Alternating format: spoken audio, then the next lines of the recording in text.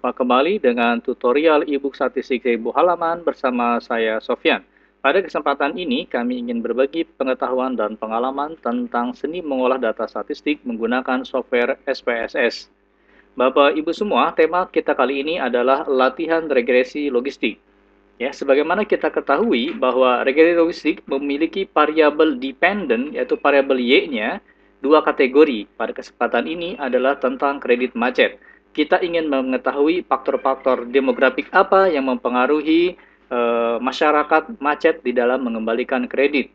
Fokus penelitian kita adalah 1 macet dan 0 adalah lancar. Diberikan dua kategori ya, kita berikan coding 1 macet dan 0 lancar. Sedangkan variabel independennya ya adalah pertama jenis kelamin 1 laki-laki, 0 perempuan, kemudian usia kita berikan coding, kemudian status 0 belum kawin dan 1 kawin hingga waktu pengembalian. Ya, waktu pengembaliannya apakah 0 kurang dari 2 tahun ataukah 1 di atas 2 tahun. Kita beri coding dulu antara 0 dan 1 apabila ada 3 kategori ya, kita berikan coding 0, 1 dan 2. Langkah di dalam SPSS harus kita perhatikan adalah pemeriksaan multikolinier, kemudian pemeriksaan outlier, kemudian langkah uji model keseluruhan, dan menggunakan uji G atau log likelihood ratio test, kemudian Hosmer and Lemesow test, kemudian dilanjutkan dengan uji parsial, uji Wald, kemudian interpretasi uji parsial, kemudian goodness of fit-nya dilakukan dengan Nagelkerke R-square, dan classification matrix. Langsung kita lihat input data di dalam SPSS seperti ini.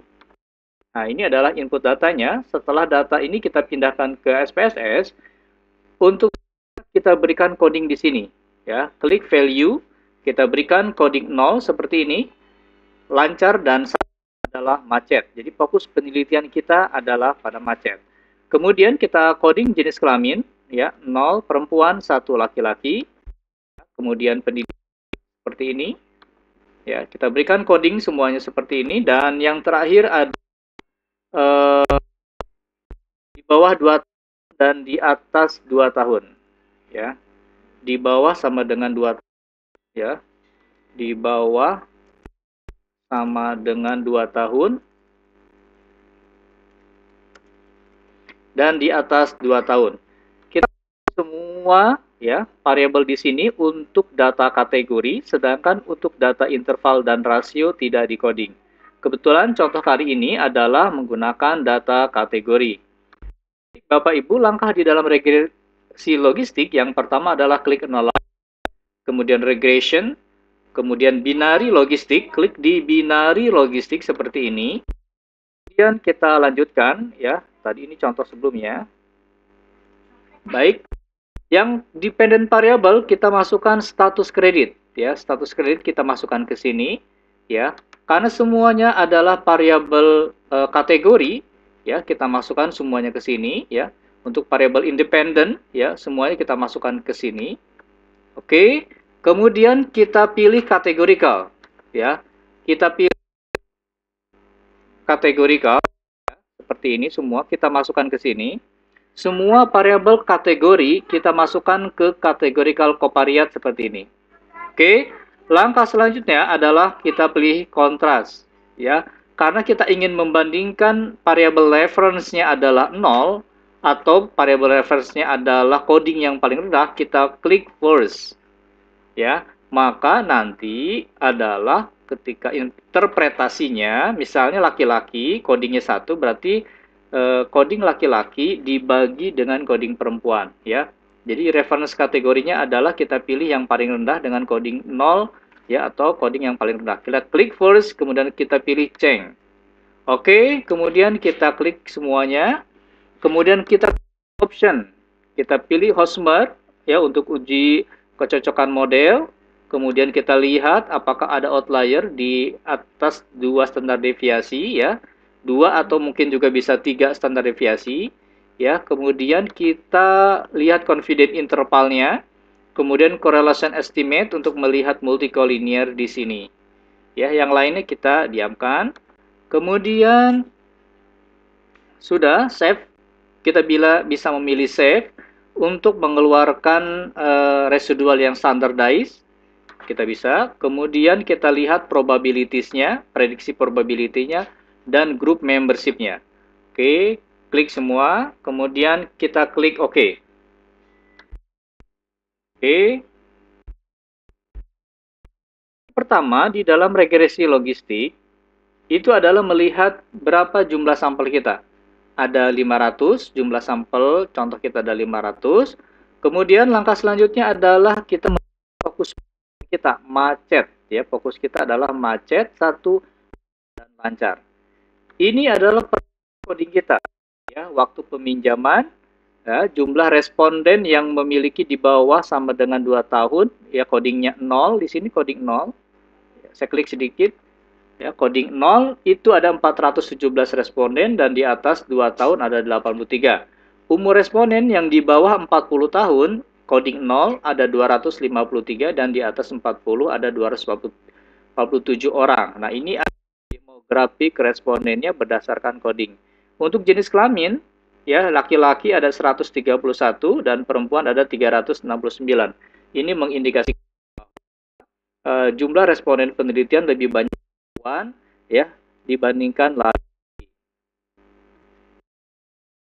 Kita lihat langkah pertama adalah kita melihat goodness of fit-nya, lihat likelihood ratio test atau UJG.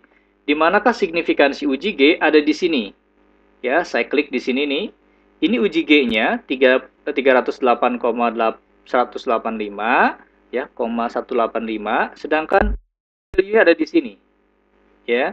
Ini v-value-nya 0,00 mengindikasikan bahwa ada variabel independen yang signifikan, ya. Artinya dengan memasukkan variabel independen ke dalam model, ya, maka menunjukkan model lebih baik. Artinya variabel independen ada yang signifikan terhadap model. Langkah kedua, kita melihat uji Hosmer adanya di sini. Nah, signifikansinya harus di atas 0,05. Nah, ini signifikansinya 266 di atas 0,05 mengindikasikan bahwa model yang kita ajukan cocok dengan data, ya. Artinya data mampu digunakan untuk membentuk model dan penelitian kita ajukan, ya. Square dengan 8, p-value-nya harus di atas 0,266 yang mengindikasikan bahwa model cocok dengan data empiris. Kemudian langkah selanjutnya adalah ya, uji WALT, ya, uji parsial, ya, uji parsial. Kita lihat di sini untuk jenis kelamin 1, ya, di sini diberikan 1, coding 1. Jenis kelamin ini mengindikasikan signifikannya di bawah 0,05, artinya signifikan, ya. Jadi artinya bahwa risiko kemungkinan laki-laki dan perempuan untuk macet, ya, dalam pengembalian kredit itu signifikan, ya, signifikan. Nanti kita interpretasikan. Umur tidak signifikan. Status perkawinan tidak signifikan, kepemilikan rumah dan pendidikan juga tidak signifikan, pekerjaan signifikan, jumlah tanggungan signifikan, ya, artinya jumlah tanggungan keluarga itu bisa mempengaruhi perilaku masyarakat untuk macet, ya, kreditnya. Kemudian pendapatan tidak signifikan, ini kurang lebih dari 0,05, sedangkan uang muka waktu peminjaman ini signifikan. Interpretasi regresi logistik, ya, berbeda dengan regresi linier, di mana interpretasinya dilihat dari odd ratio. Ini eksponensial B ini adalah odd ratio. Kita interpretasikan yang jenis kelamin.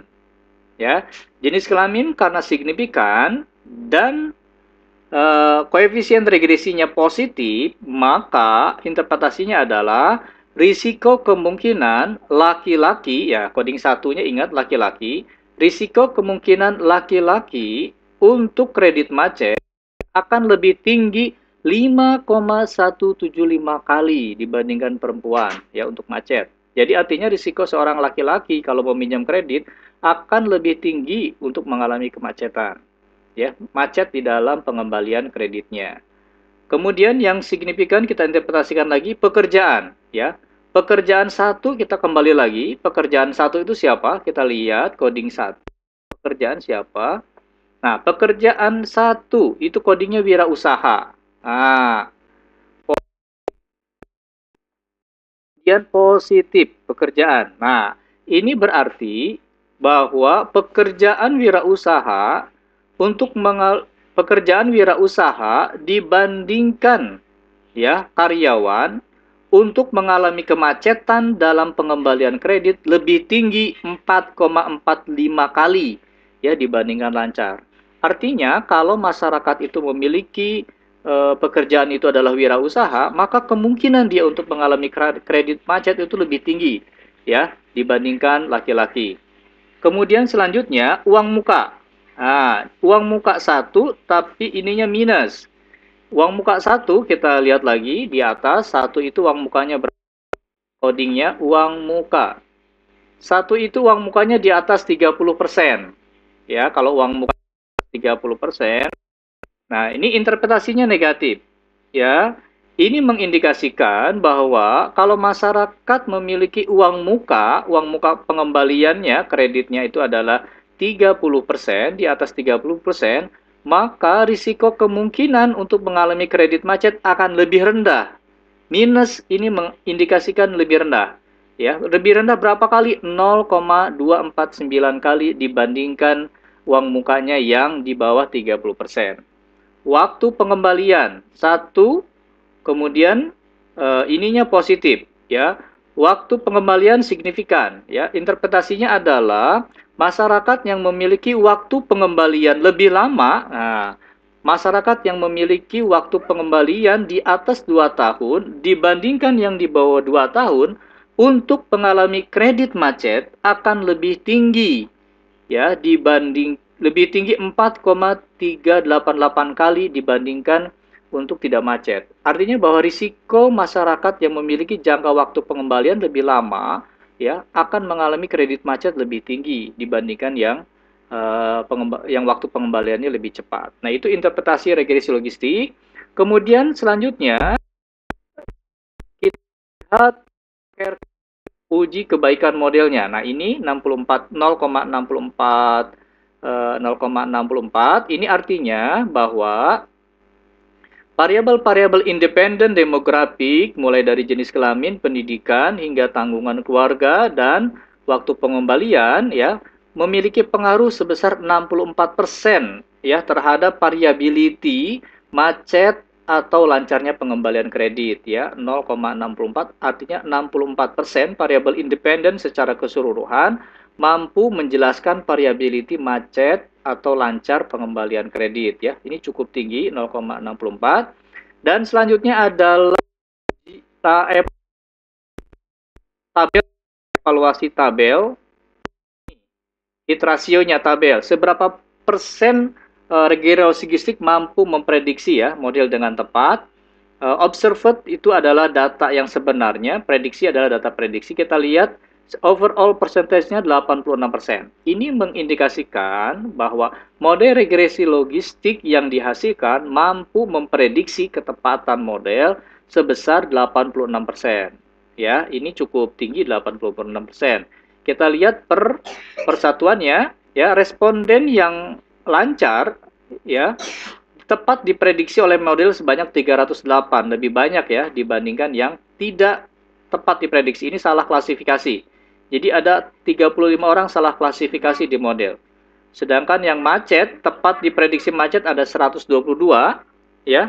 Sedangkan salah klasifikasi ada 35. Secara keseluruhan 86% ya tepat mengklasifikasikan responden yang sebenarnya dari lancar menjadi lancar, dari macet menjadi macet sebesar 86%. Ini cukup tinggi.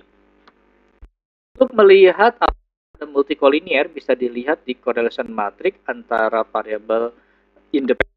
Kita lihat semuanya di bawah 0,90 mengindikasikan tidak ada multicollinear. Sedangkan case wise list di sini mengindikasikan apakah ada data outlier di sini. Nah, di sini disebutkan apabila lebih dari 3 standar deviasi, ya, the cases plot is not produced because no outlier were found. Jadi tidak ada data outlier, bisa dilihat ya. Kalau untuk di atas 3 standar deviasi tidak ada outliernya. Kita lihat output kembali ke ini. Bapak Ibu dari pertama. Respon status kreditnya 1, macet respon pertama. Ya, kemudian diprediksi probability-nya 0,937 oleh model regresi logistik yang terbentuk. Di atas 0,5 maka diklasifikasikan sebagai macet. Responden kedua itu status kreditnya adalah macet. Diprediksi oleh model 0,24, di bawah 0,5 maka diklasifikasi sebagai tidak macet. Salah klasifikasi. Nah, regresi logistik salah mengklasifikasikan di responden kedua. Responden yang ketiga, ya statusnya adalah kredit, tepat diprediksi oleh kredit. Ya, baik, Bapak Ibu semua, itulah tentang regresi logistik. Terima kasih atas perhatiannya. Semoga kita bisa bertemu di lain kesempatan. Jika membutuhkan e-book statistik 1000 halaman, bisa menghubungi kami. Assalamualaikum warahmatullahi wabarakatuh.